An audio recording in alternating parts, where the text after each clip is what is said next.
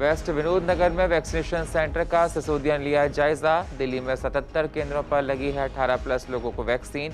हर school में vaccination programme चालू करेंगे। 10 सेंटर पूर्व दिल्ली में बनाएंगे।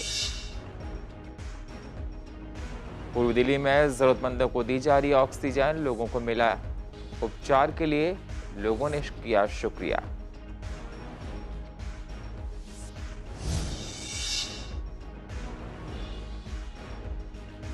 दिल्ली में लॉकडाउन बढ़ने पर गांधीनगर के व्यापारियों ने किया समर्थन। छोटे दुकानदारों के लिए सरकार करे कुछ इंतजाम।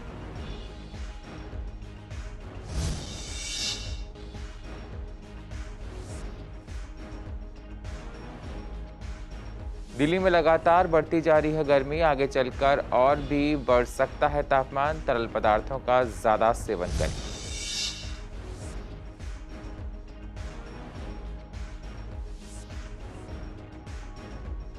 और विवेक विहार में बेटी ने परिवार वालों के खिलाफ पुलिस में की शिकायत। परिजनों ने कहा घर वालों के साथ लड़का करता है गलत व्यवहार।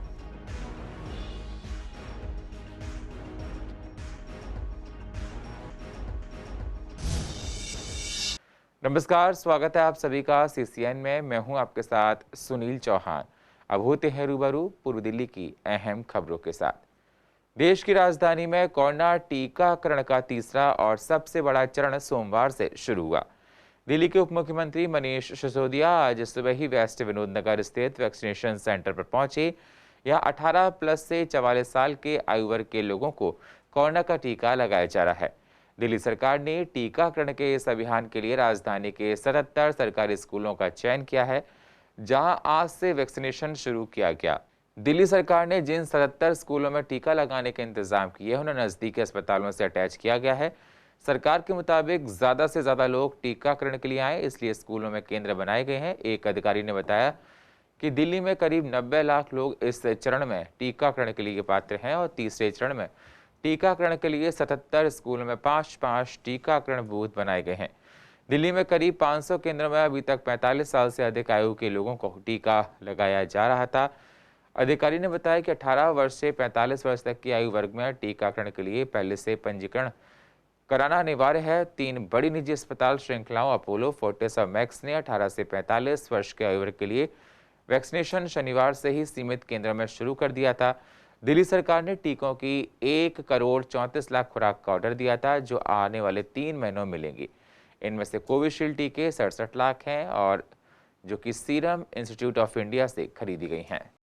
आज दिल्ली सरकार के सुदर्शन थोड़ा नीचे स्कूलों में वैक्सीनेशन प्रोग्राम शुरू हुआ है और यहाँ पर जिस तरह से आप देख रहे हैं कि इसी स्कूल में पैरेलल 5 सेंटर्स बनाए गए हैं। तो इस तरह से पूरी दिल्ली में इस वक्त आज 301 सेंटर्स पर वैक्सीनेशन का प्रोग्राम शुरू हुआ है 18 साल से 45 साल के बीच के लोगों के लिए। और क्योंकि आज पहला दिन है, हम इसको और आगे बढ़ाएंगे। हमारा टारगेट है कि हर स्कूल में इस तरह से कम 10 सेंटर्स हों और अभी इसको धीरे धीरे करके हम 300 स्कूलों तक लेके जाएंगे। जैसे जैसे हमें और वैक्सीन मिलती चली जाएगी, हम इसको बढ़ाते चले जाएंगे। अभी हमारे पास में 4.5 लाख वैक्सीन की डोज आएंगे और आज भर में हमने 45,150 लोगों को अपॉइंटमेंट किया है आज की वैक्सीनेशन के लिए। मैं उम्मीद करता हूं कि जिस तरह का अभी सुबह का रिस्पॉन्स है, एक सेंटर पर एक लाइन में लगने के लिए हमने 150 लोगों को बुलाया है और सभी के सभी टर्न आउट हो रहे हैं। पूरा 100% लोग आ रहे हैं। अभी तक किसी भी सेंटर पर ऐसा नहीं हुआ कि कोई व्यक्ति नहीं आया हो या किसी सेंटर पर कम प्रेजेंस हो। तो ऐसा लग रहा है कि ये 100% टर्नआउट लोगों का रहेगा। युवाओं में काफ़ी उत्साह है। मैंने लोगों से भी मिला जाके उनसे पूछा कि आपको वैक्सीन का रजिस्ट्रेशन कराने में कोई दिक्कत तो नहीं हुई। तो उन्होंने कहा रजिस्ट्रेशन में कोई नहीं हुई, लेकिन अपॉइंटमेंट लेने में बुरी है, क्योंकि अभी अपॉइंटमेंट में तो 4.5 लाख वैक्सीन ही आई हैं और लिमिटेड सेंटर्स ही हैं। अभी 300 सेंटर्स हैं पूरी दिल्ली में। जैसे जैसे सेंटर्स बढ़ेंगे वैक्सीन अवेलेबल होने के बाद, वैसे वैसे वो दिक्कतें भी दूर हो जाएंगी। और मुझे खुशी है कि अब इतनी बड़ी संख्या में जब लोगों को वैक्सीन लगने लगेगी तो लोगों की इम्यूनिटी भी बढ़ेगी और हमें कोरोना से लड़ने में मदद मिलेगी, कोरोना पर काबू पाने में मदद मिलेगी। नहीं कोई अभी तक तो कोई दिक्कत नहीं हुई। वैक्सीन सबको ही लगवाने के लिए मुझे आधा घंटा होने वाला है वैक्सीन लगवाने के बाद। आधा घंटा होने वाला है, तो आधा घंटे का जो नियम है उस नियम का पालन करते हैं। कोरोना वैश्विक महामारी से पूर्वी दिल्ली तड़प रही है। अस्पतालों में ऑक्सीजन नहीं है, उपचार नहीं मिल पा रहा है लोगों को, जिसकी वजह से संकट ही संकट है। इसी को देखते हुए इस संकट की घड़ी में तमाम समाजसेवी अपनी सेवा इस संकट काल में दे रहे हैं। कांग्रेस नेता लोगों को फ्री में ऑक्सीजन सिलेंडर दे रहे हैं और रिफिल भी कर रहे हैं, जिससे कोरोना महामारी से लोगों को बचाया जा सके। जिसे लेकर लोगों ने विजय गिलोत्रा का शुक्रिया अदा किया है। इस वैश्विक महामारी में क्योंकि इंसान और इंसानियत को लीदती हुई ये महामारी को रोकने के लिए हम सब लोगों को आगे बढ़ के सहयोग करना चाहिए। कहीं ना कहीं इस बात का हमें सोच रखनी चाहिए कि कोई भी संसाधन है वो व्यक्ति के लिए व्यक्ति ने भोग करना है। जब व्यक्ति ही नहीं रहेगा, इंसान ही रहेगा तो संसाधन क्या करेंगे। तो इसलिए मेरा सभी से अनुरोध है कि ये जितनी भी सेवा है आप सब लोग आगे बढ़ चढ़ के हिस्सा लें, काम करें, मदद करें। बजाय पैसे के इंसानियत को तवज्जो दें, क्योंकि इस वक्त समय की जरूरत है। तो मेरा सबसे विनम्र निवेदन है कि आप अपने घर में रहें, स्टे होम रहें और एक दूसरे की कदर करें।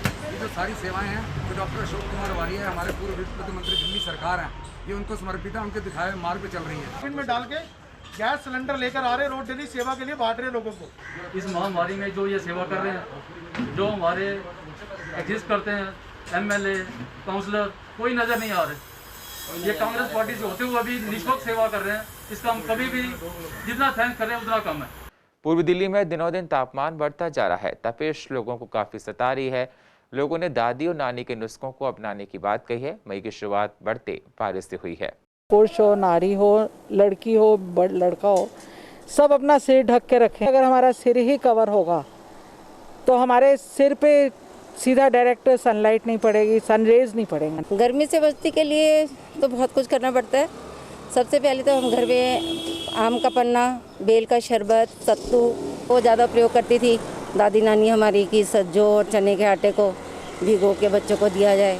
घर में चाशनी बना के रखती हूँ, नींबू पानी बना के रखती हूँ। बस ये गमछा बांध लेते हैं, क्या करें, ड्यूटी पे जाना है। पहले से तो काफ़ी गर्मी है, गर्मी ने बहुत मुसीबत बनाई है सब।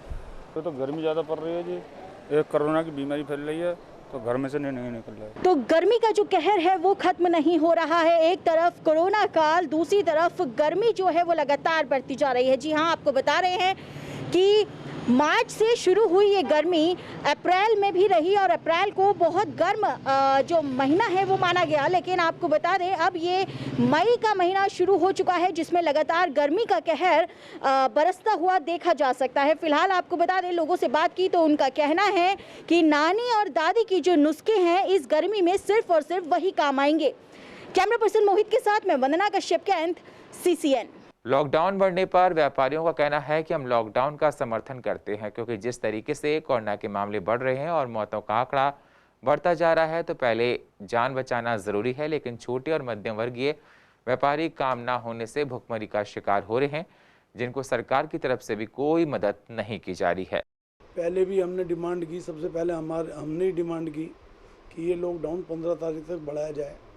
परंतु यहाँ मेरा एक कहना और है, जिस प्रकार से पहले सेंट्रल गवर्नमेंट और दिल्ली गवर्नमेंट जो गरीब आदमी है, जो हैंड टू माउथ है, जो सुबह कमाता है शाम को बच्चों को खिलाता है, आज उनके सामने समस्या बन गई।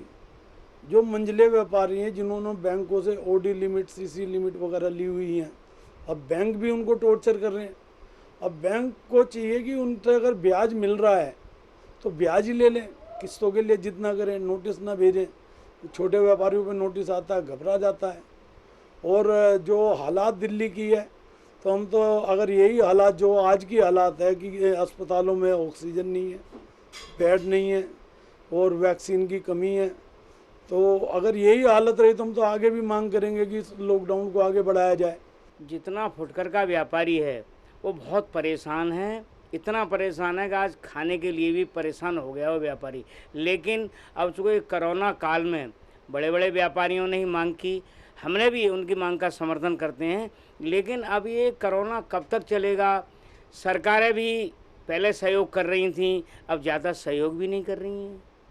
जो गरीब, बिल्कुल गरीब था, हैंड टू माउथ, जो अपने आराम से स्कूल में कहीं खाना वाना बढ़ रहा वहाँ खाया आता था, और बड़ा आदमी तो बड़ा आदमी है, जो मध्यम श्रेणी बीच का आदमी है हम जैसा, वो उसका हाल बेहाल है। पूर्व दिल्ली के ज्वालानगर में एक 15 साल का लड़का कल से लापता है। घर से सामान लेने गया था, तब से वो घर से लापता है और लौटा नहीं है।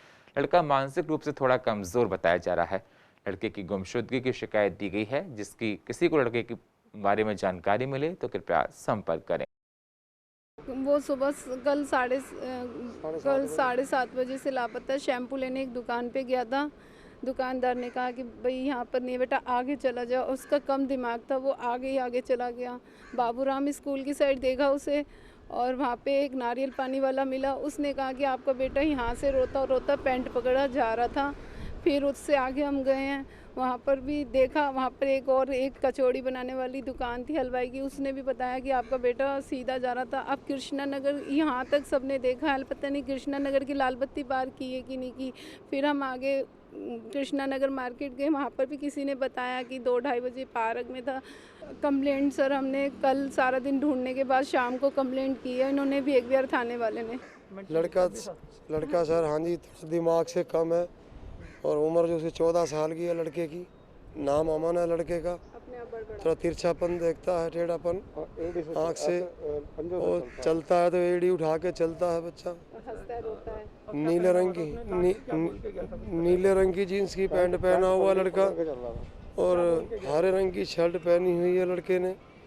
लड़का चलता गया। लड़कों का क्या बोल के गया था? वो कुछ लेने गया था? कैसे? शैम्पू लेने गया था सर। उसकी मम्मी ने कहा कि शैम्पू ले कर मैं ले आता हूँ। कल सुबह 7:30 बजे सर लापता। गेहूँ रंग का कलर है और हंसता बोलता रहता है, अपने आप ही हंसता, अपने आप ही बोलता, और माँ बाप का नाम नहीं जानता। मैंने उससे पूछा कई बार, मैंने कहा आपके पापा का नाम क्या है? वो हंस के टाल देता था। कब से लापता आपको? ये मेरे को पता है 7:30 बजे कल मैं यहीं इनकी दुकान पे बैठा था। इनकी चाय की दुकान है, वहीं चाय की रेडी लगाते हैं, वहीं मैं ऑटो खड़ी करता हूँ, वहीं से सवारी लेके जाता हूँ। पूर्व दिल्ली के विवेक विहार में एक बेटी ने अपने परिवार वालों के खिलाफ शिकायत दर्ज करवाई। बेटे का कहना है कि मेरे घरवाले मेरे से अच्छे से पेश नहीं आते हैं। वहीं परिजनों का कहना है कि बेटा परिवार में मार पिटाई करता है, पूरे परिवार को परेशान करता है। हमने कहा तुम बाहर रहो, तो बाहर रहने को तैयार नहीं है। 2 दिन हो गए, परसों तरसों की बात है, जो मुझे इन्होंने घर से निकाला है और घर में मेरे साथ मारपीट की गई है। मारपीट इतनी तरीके से मारा गया कि मेरे को जान से मारने की कोशिश की गई है। डंडा लाठी जो मिला सब चीज़ से मारा है मुझे। मैं घर से बाहर किसी काम से बाहर जा रहा था और उस चीज़ के लिए जो इन्होंने मेरे साथ किया है, उस चीज़ के लिए मैं इन पर चिल्ला रहा था, तुमने मेरे साथ अच्छा नहीं किया तो मैं इस चीज़ के लिए केस करूँगा, तुम्हें अंदर बंद कराऊँगा। इस चीज़ के लिए इन्होंने क्या करा, सबने मेरे पे हाथ छोड़ा, मेरे पे उकसाया है, मेरे साथ मारपीट करी। हाँ, मैंने एक कोर्ट केस भी करा है, जो मेरे साथ इन्होंने 6 साल के अंदर किया है कि ये चीज़ें मेरे साथ ऐसे प्लान करके मेडिसिन उल्टी सीधी खिला के मेंटली टॉर्चर किया है, फिजिकली डैमेज किया है मुझे। उस चीज़ के लिए मैंने कोर्ट के थ्रू नोटिस भिजवाया इनको और उसका मैंने हर्जाना मांगा है। 10 लाख रुपए मैंने मांगे हैं इनसे हर्जाना, तो इन्होंने कोई रिप्लाई नहीं करा। जब परसों में केस हुआ है उसके बाद तो थाने में बोल रहे हैं कि इसने मुझे कोर्ट से नोटिस भिजवाया। और पूर्व दिल्ली की अधिक जानकारी के लिए आप YouTube पर जाकर CCN DEN को सब्सक्राइब करें और फ्रेश अपडेट लेते रहें। और फिलहाल पूर्व दिल्ली खास में इतना ही। बाकी खबरों के लिए आप बने रहिए CCN के साथ। तब तक के लिए नमस्कार।